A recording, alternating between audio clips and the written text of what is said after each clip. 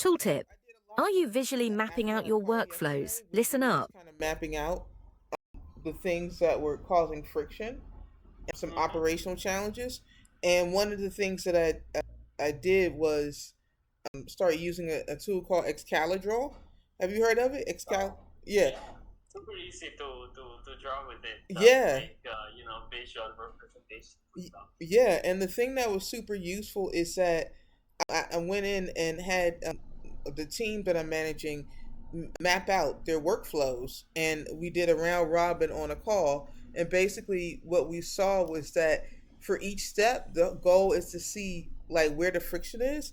And one of the things that I did is I mapped out kind of like my own delegation flow. I'd love to share it when you're ready for it because I think it's pretty. Yeah. So basically, it starts out. It's like a 10-step process. The first step is clarifying your outcomes because a lot of people just hire folks because they're just overwhelmed and they don't add any numbers or deadlines to why they're hiring. The next one is write job description, and then there's advertise the job, screen candidates. I'm a big fan of trial projects. Then there's onboarding the new hire, training them on my own AI processes, monitoring and managing the KPIs, and then just optimizing and systematizing roles. And what I did for this particular visual is I said to myself, okay, where's the friction? Like, somebody might think about the big outcome they want, and they think, oh, there's a lot of, yeah, I want to delegate, but there's a friction, right? As opposed to chopping it up to, okay, like maybe there isn't so much friction at each step. So let me look at each step, starting with the first one, and just see. It's almost like micro frictions. If you get rid Yeah. of the frictions for each step, suddenly what you have is less friction overall. So I found that really useful. And I don't know why the music's playing in my. I was pulling up an app, and then there's like some kind of spamware or whatever. Can you hear me? Yeah, I can hear you. I can hear Okay. you. Yeah. Yeah.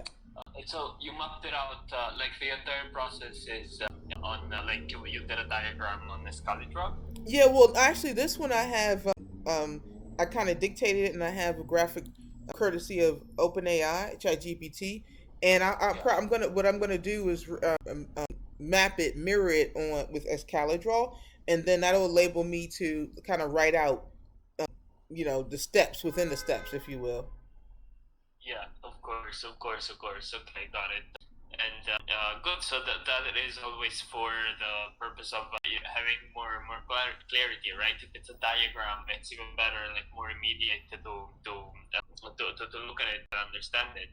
Yeah, 100%. And Mm-hmm. I just think that one of the things that was super useful is that a lot of people are kind of responsible for an outcome or output, and Yeah. they haven't really taken the process. This is really about taking processes that are in your head and putting them on Mm-hmm. paper, because you need to put Yeah. it on paper to see where the improvements can be made.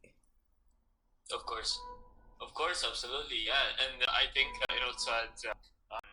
I think it adds a lot of clarity, right? Just like having it outside your head and Yeah, having it in a more like in a more permanent state, in a way, even though it can be changed, but you see it there on paper or on a screen, and it makes a lot of a difference and giving you clarity and giving you a hint on where things could be improved. But I also wanted to ask about the course. Did you have time